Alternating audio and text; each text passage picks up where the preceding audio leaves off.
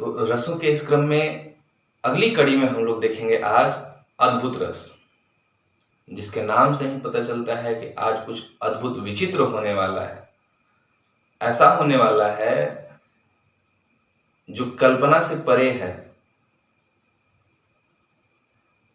जिसको पढ़ करके सुन करके ऐसा महसूस होगा ये तो संभव था ही नहीं, असंभव कार्य को संपादित किया जाएगा। परिभाषा जब हम लोग इसकी परिभाषा की तरफ बढ़ते हैं तो जिस रस के आस्वादन से आश्चर्य प्रकट होता है, आश्चर्य का भाव प्रकट होता है, उसे हम लोग अद्भुत रस का नाम देते हैं, अद्भुत रस कहते हैं। जब बात की जाए इसके स्थायी भाव की तो स्थायी भाव इसका विस्मय होता है। आलंबन में अलौकिक या आश्चर्योत्पादक वस्तु या कार्य होता है। ऐसा कार्य जिससे आश्चर्य उत्पन्न होगा या ऐसी कोई वस्तु जिसको देख करके आश्चर्य उत्पन्न होगा, हृदय में आश्चर्य का भाव प्रकट होगा, तो वहां पर हम लोग कहेंगे अद्भुत रस है। उद्दीपन में लिखेंगे कि अद्भुत वस्तु या व्यक्ति का वर्णन, वैचित्र अथवा उसके गुण कीर्तन आदि। अनुभाव, रोमांच, स्वरभंग, साधुवाद, आश्चर्यचकित होना,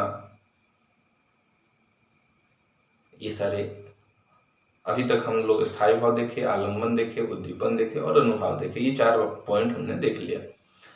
उदाहरण की तरफ जब चलते हैं तो एक बहुत प्रसिद्ध उदाहरण आता है इसका। बिनु पद चलहि सुनहि बिनु काना, कर बिनु कर्म करहि विधि नाना। बिनु पद चलहि सुनहि बिनु काना, कर बिनु कर्म करहि विधि नाना। आनन रहित, आनन अर्थात जिह्वा, आनन रहित सकल रस भोगी, बिन वाणी वक्ता बड़ जोगी। बिनु पद चलहि, बिना पैर का वो चल लेता है। पद मतलब पैर, बिना पैर का वो चल लेता है। सुनहि बिनु काना, बिना कान के वो सुन भी लेता है। कर बिनु कर्म, कर मतलब हाथ होता है, बिना हाथ का वो सारा काम कर लेता है।